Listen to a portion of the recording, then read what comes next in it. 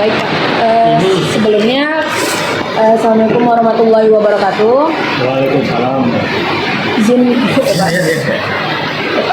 kami dari kelompok 5 Cakrawala Biru dari mata kuliah Tata Kelola Kelautan dengan dosen pengampu itu Bapak Dr. Alfiandi. Di sini kami ditugaskan untuk mewawancarai suatu dinas yang terkait dengan mata kuliah Tata Kelola Kelautan. Salah satunya di KKP ini, Pak. Nah, sebelumnya nama lengkap Bapak boleh tahu siapa? Aulia Rahman. Aulia Rahman. Saya di fungsional pengelola ekosistem laut dan pesisir. Sebelumnya saya sendiri Hena Salsabila Putri. Di sini ada Andi Uleng Matapa. Di sana ada Anugrah Perkasa. Di sebelah ini ada Lanjar Sari dan sebelahnya ada Kak Medila Tasya. Kapan KKP ini dibentuk, Pak, di Kepulauan Riau ini?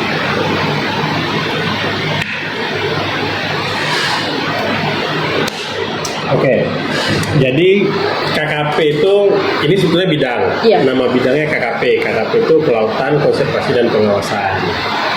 Bidangnya itu sendiri terbentuk ya waktu dinasnya ada, bidangnya juga langsung ada gitu. Nah, kalau dinasnya sendiri terbentuk pada saat Provinsi Kepulauan Riau terbentuk. Maksudnya? Di tahun 2002 kalau nggak salah.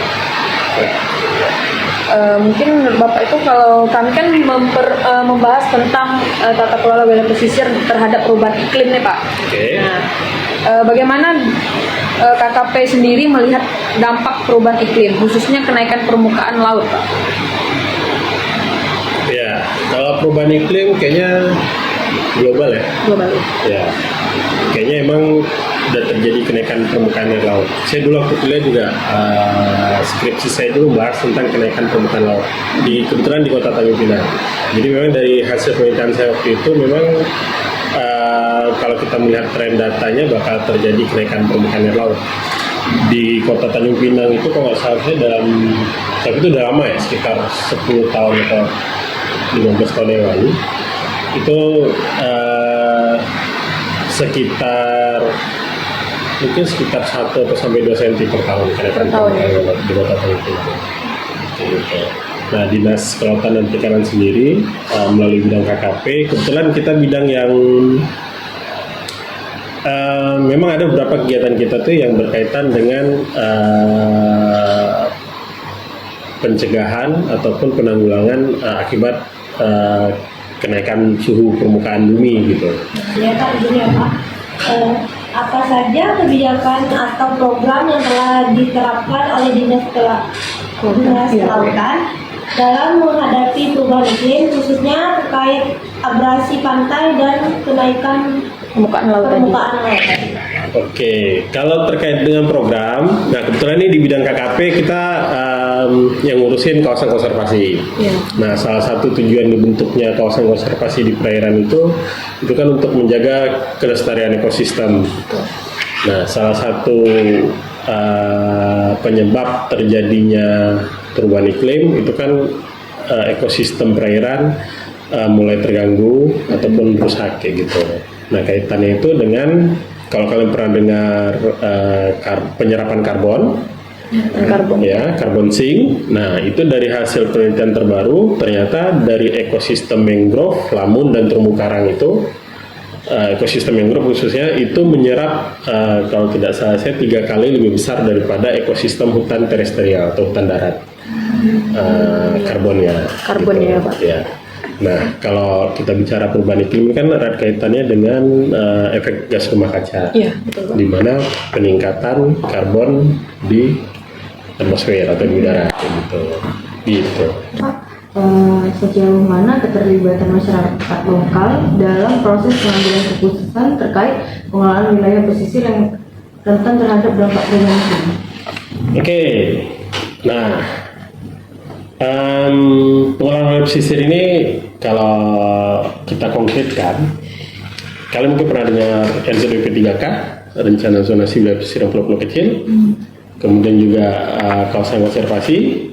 Nah itu kita di dalam menetapkan zonasi di laut ataupun membuat satu kebijakan pengelolaan di laut, itu kita memang melibatkan berbagai pihak. Masyarakat juga kita libatkan di situ. Jadi dalam proses penyusunannya itu masyarakat terlibat, kemudian juga dalam proses pengelolaan kawasannya juga masyarakat terlibat. Salah satu bentuk konkretnya itu kalau untuk di wilayah pesisir itu ada namanya Pokmaswas atau kelompok pengawas masyarakat. Nah ini mereka fungsinya untuk membantu dalam hal pengawasan. Misalnya kalau ada kejadian-kejadian di laut gitu ya, entah itu penangkapan yang menggunakan alat-alat yang tidak ramah lingkungan ataupun terjadi pencemaran di laut, itu biasanya mereka akan berkoordinasi langsung dengan kita gitu. Karena memang secara sumber daya manusia, secara jumlah personel di kita juga terbatas kayak gitu. Makanya kita melibatkan masyarakat dalam pengelolaan. Nah, kalau masyarakat terlibat, otomatis kan mereka juga memiliki kesadaran lebih tinggi dan mereka juga merasa mereka ikut berperan ikut langsung dalam pengambilan keputusan juga. Ya, dalam pengelolaan itu gitu. Pak, mungkin sedikit waktu buruk aja yang dari pertanyaan dari Kirim. Kan tadi Bapak kalau misalnya ada yang buat program contoh LP3 tadi gitu ya, itu kan berarti otomatis kan melibatkan masyarakat ya Pak. Ya. Itu sebenarnya sebelum melaksanakan itu apakah ada sosialisasi atau pas datang langsung melaksanakan kegiatan atau gimana Pak? Nah, jadi masyarakat itu kita undang, kita lakukan diskusi FGD gitu ya, fokus grup diskusi dengan masyarakat. Masyarakat memberikan input, kita rumuskan kebijakannya seperti apa kayak gitu. Jadi bukan kalau sosialisasi itu setelah produk hukumnya jadi gitu. Tapi ini jauh sebelum sosialisasi kita tampung dulu aspirasinya seperti apa kayak gitu. Baru melaksanakan yang itu ya Pak, kebijakan itu. Kebijakan itu dirumuskan bersama-sama gitu. Oke Pak, selanjutnya apakah ada kolaborasi dengan lembaga lain atau organisasi internasional dalam mengatasi tantangan perubahan iklim di wilayah pesisir? Ada. Jadi banyak kegiatan-kegiatan kita itu yang dibantu ataupun kita bekerja sama dengan organisasi-organisasi internasional ataupun nasional. Contohnya tadi kayak kita dalam menetapkan kawasan konservasi itu kita dibantu oleh USAID kolektif. Itu USAID itu dari Amerika, kemudian dibantu juga oleh Yayasan Konservasi, saya lupa singkatannya YEKAN, Yayasan Konservasi Kemudian juga kita dibantu oleh Yayasan Ekologi, itu di Tanjung Pinang yayasannya. Kemudian juga kita dibantu oleh dulu ada namanya CI. Banyak pihak-pihak non pemerintah yang ikut membantu di dalam pengelolaan wilayah pesisir dan pulau kecil kayak gitu.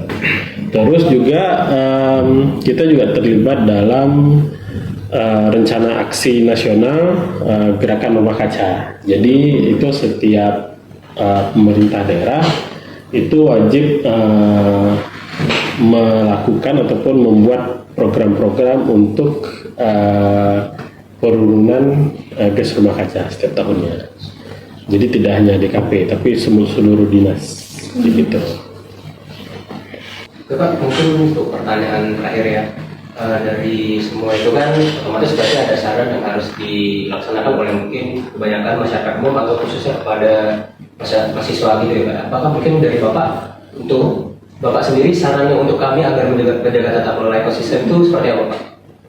Saran dari Bapaknya sendiri. Oke.